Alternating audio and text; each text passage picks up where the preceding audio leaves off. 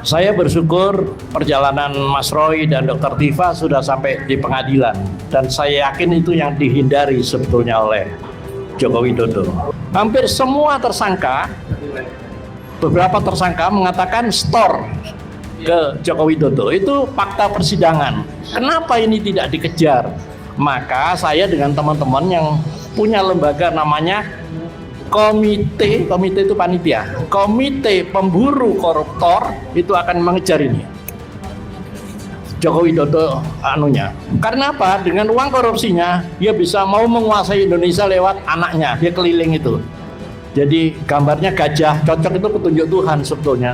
Gajah itu gak punya ijazah gitu loh, gajah. Dengan kasus korupsi Joko Widodo palsu ini, kita kembali bahwa dia tidak sah sebagai presiden, dari semua yang ditandatangani oleh dia menjadi tanggung jawab pribadi, seperti kasusnya Najib Razak di Malaysia. Itu tujuan kita.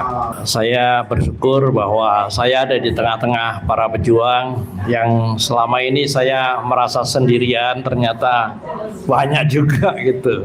Jadi ketika saya menggugat Undang-Undang Dasar 45 palsu, saya sendirian memang. Terus kemudian kemarin waktu saya menggugat keberadaan Jakarta sebagai ibu kota juga sendirian. Tapi sekarang saya bersyukur banyak yang hadir.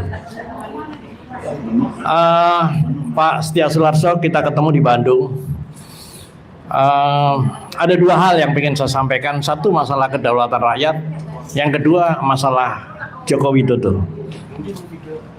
Saya bersyukur perjalanan Mas Roy dan Dr. Tifa sudah sampai di pengadilan, dan saya yakin itu yang dihindari sebetulnya oleh Joko Widodo. Joko Widodo palsu.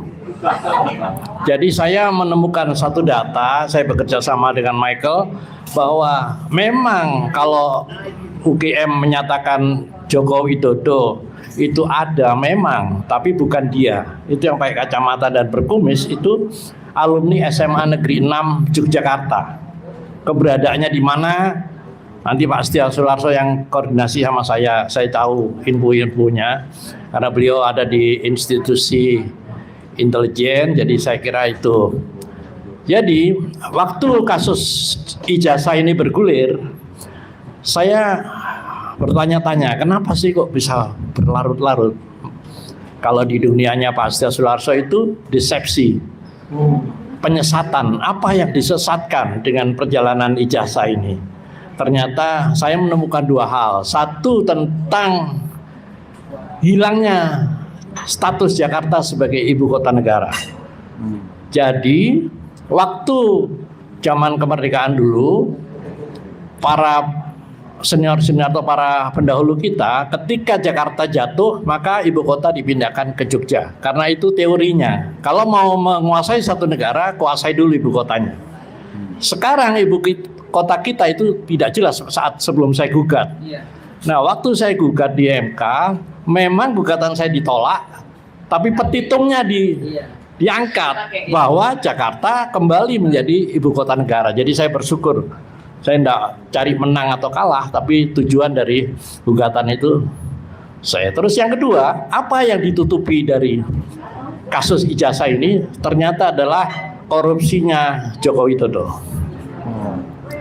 Jadi sesuai dengan yang kita baca tentang OCCRP, tidak mungkin lembaga sebesar itu bohong. Pasti dia punya data. Yang kedua, hampir semua tersangka, beberapa tersangka mengatakan store ke Joko Widodo. Itu fakta persidangan. Kenapa ini tidak dikejar? Maka saya dengan teman-teman yang punya lembaga namanya komite itu panitia, komite pemburu koruptor itu akan mengejar ini Joko Widodo karena apa? Dengan uang korupsinya dia bisa mau menguasai Indonesia lewat anaknya, dia keliling itu. Jadi gambarnya gajah, cocok itu petunjuk Tuhan sebetulnya. Gajah itu gak punya ijazah gitu loh, gajah. Itu ya, jadi satu masalah korupsi. Kedua masalah kedaulatan.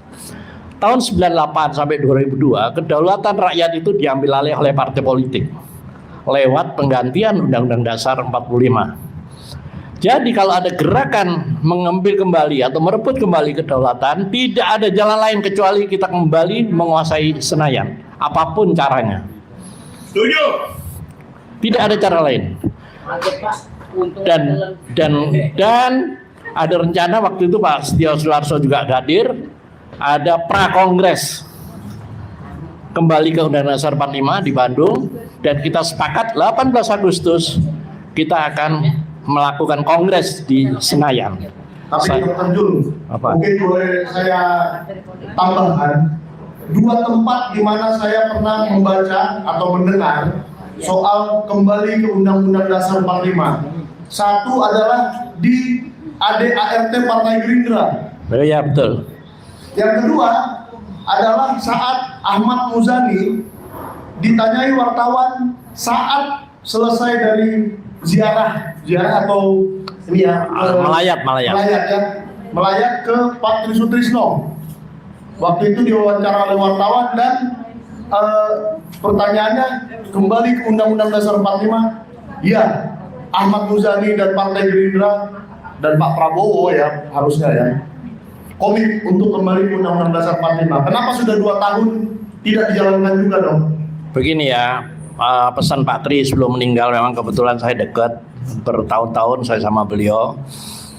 Beliau ingin di dalam semuanya konstitusional. Di dalam konstitusi TAP MPR nomor 1 tahun 2002 itu mengkaji ulang hasil perubahan. Nah, beliau punya pemikiran dengan beberapa tim termasuk Profesor Kailan. Kalau mengkaji ulangnya, dikaji ulang itu adalah perubahannya. Tapi kembali itu artinya yang asli tetap ada, perubahannya dalam bentuk adendum. Perlu saudara-saudara ketahui, istilah kembali itu sebetulnya diplesetkan. Sebetulnya kita cuma meneruskan apa yang dibuat oleh para pendiri bangsa. Karena 17 Agustus para proklamator memproklamirkan kemerdekaan bangsa Indonesia, 1 hari kemudian membuat negara dengan Undang-Undang Dasar 18 Agustus 45. Itu jadi, dan diperkuat oleh dekret Presiden 5 Juli 59. Nah, dalam kesempatan ini Mike, saya minta waktu untuk menjelaskan kepalsuan Undang-Undang Dasar itu. Oke. Di dalam Undang-Undang Dasar yang lama, di pasal 3 ada kata-kata MPR menetapkan Undang-Undang Dasar. Ya. Nah, perubahan pertama, perubahan kedua, perubahan ketiga tidak pakai TAP. Hanya pada perubahan keempat dijadikan satu itu. Dan TAP ini, ketetapan MPR ini tidak pakai nomor. Itu yang saya laporkan sebagai pemalsuan dokumen negara. Tidak pakai nomor, Pak Sedo. Tertanggal 10 Agustus 2002. Kalimatnya begini, tolong ini diperhatikan kalimat pemalsuannya.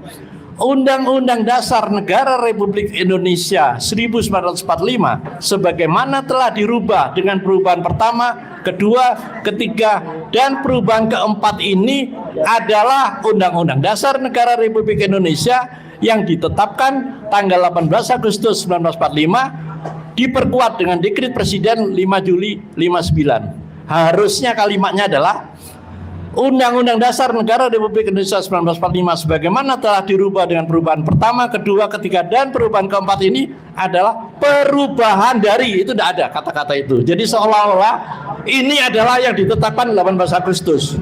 Itu pemalsuannya. Oh, jadi seperti saya jadi teringat dengan kasus ijazah. Seakan-akan Jokowi yang presiden itu sama dengan Jokowi yang kuliah di UGM. Ya, itu. Tapi bukan ada perubahan dari ya. Bukan. Harusnya ada dibilang ijazah ini adalah perubahan dari. Kan kita jadi nggak mempersoalkan ijazah ya. Contohnya seperti itu. Gimana sejak itu maka segala apa yang terjadi di negeri kita ini semuanya penuh kepalsuan, termasuk presiden. Dan saya berharap dengan kasus korupsi Joko Widodo palsu ini kita kembali bahwa dia tidak sah sebagai presiden, dari semua yang ditandatangani oleh dia menjadi tanggung jawab pribadi seperti kasusnya Najib Razak di Malaysia. Itu tujuan kita. Wow. Jadi di Malaysia sudah terjadi ya? Ya. Nah, saya tambahkan, kalau Anda membaca buku Ijazah Jokowi Tidak Ada karya Bernardo Sinulinga, Anda akan menemukan ya Anda akan menemukan bahwa Pakistan telah mencuci gudang parlemennya dan menemukan hampir setengahnya berijazah palsu. Sudah dilakukan oleh Pakistan. Di Liberia, Terus? presidennya sudah digugurkan karena berijazah palsu.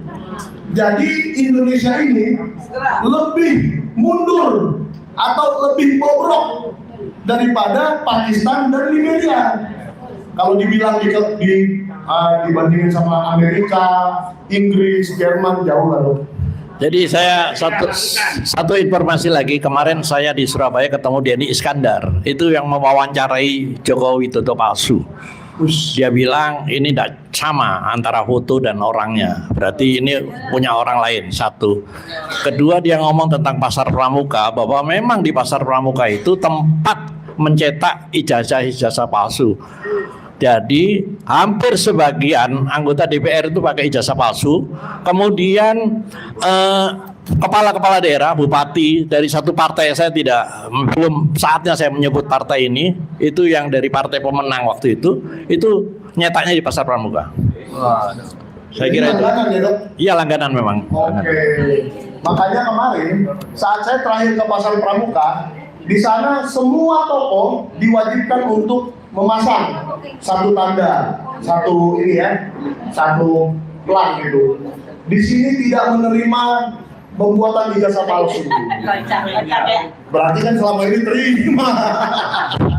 Tapi modusnya, Mike, kayak KM50. Iya. Tadi tempat lokasi peristiwa itu dihilangkan, dibersihkan. Oke, lanjut.